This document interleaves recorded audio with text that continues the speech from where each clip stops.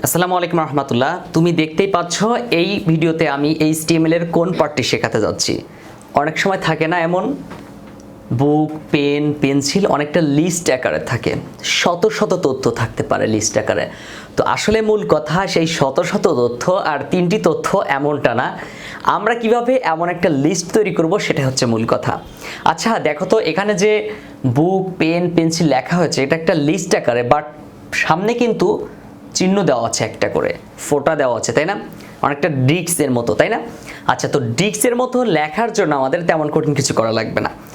মূলত লিস্ট কিন্তু চার প্রকার, তার মধ্যে একটা হচ্ছে অর্ডার লিস্ট আর একটা হচ্ছে আনঅর্ডার লিস্ট। এই দুইটা ট্যাগ বেশিরভাগ ক্ষেত্রে পরীক্ষায় আসে। সো আমরা এই আনঅর্ডার লিস্ট এবং অর্ডার লিস্ট এই দুইটা ট্যাগ নিয়ে কাজ করব। তার মধ্যে এখন আমি কাজ করতে যাচ্ছি আনঅর্ডার লিস্ট। আনঅর্ডার লিস্ট আর অর্ডার লিস্টের মধ্যে পার্থক্য হচ্ছে যদি এখানে কাউন্ট করা যেত, মানে কাউন্ট করা থাকতো 1 2 3 অথবা ABC, যদি এমন থাকতো তাহলে আমরা বুঝে নিতাম এটা অর্ডার লিস্ট, সাজানো থাকতো। বাট এখানে কোনো প্রকার নাম্বারিং করা নেই, হতে পারে লেটার বাংলা কিংবা ইংলিশে, কিন্তু এখানে নাম্বারিং করা নেই, এর জন্য এটা হচ্ছে আনঅর্ডার লিস্ট। ওকে, তো এবার এর জন্য ট্যাগ আমরা কিভাবে লিখব দেখো। প্রথমে আমরা HTML ট্যাগ দিয়ে শুরু করব, HTML। তুমি ইচ্ছা করলে আসলে HTML এর জন্য স্মল লেটার কিংবা capital letter, that's not matter. এখানে আসলে মূলত তুমি যেখানে যেমন দিবা সেখানে তেমন দেখাবে। যেমন তুমি এই বুকের কেটা যদি বড় হাতের দাও বা ক্যাপিটাল লেটার দাও, তাহলে কিন্তু এখানে উত্তরেও ঠিক একই রকম ক্যাপিটাল লেটার দেখাবে, প্রোগ্রাম দেখাবে। ওকে, তো তাহলে প্রথমে আমরা HTML শুরু করব, তারপর আমরা বডি শুরু করব, BODY বডি। তারপর এটা হচ্ছে কিন্তু আনঅর্ডার লিস্ট। তাহলে আনঅর্ডার লিস্টের সংক্ষেপে হচ্ছে UL মানে হচ্ছে আনঅর্ডার লিস্ট। ওকে, আনঅর্ডার লিস্ট লিখলাম।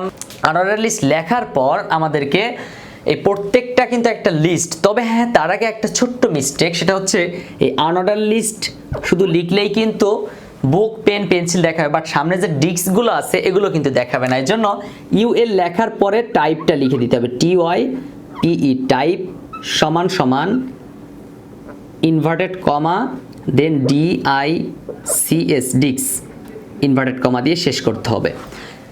তাহলে আনঅর্ডার লিস্ট লিখলাম, জাস্ট এটা হচ্ছে অ্যাট্রিবিউট, তোমরা জানো, আর এটা এগুলোকে বলা হয় অ্যাট্রিবিউট ভ্যালু।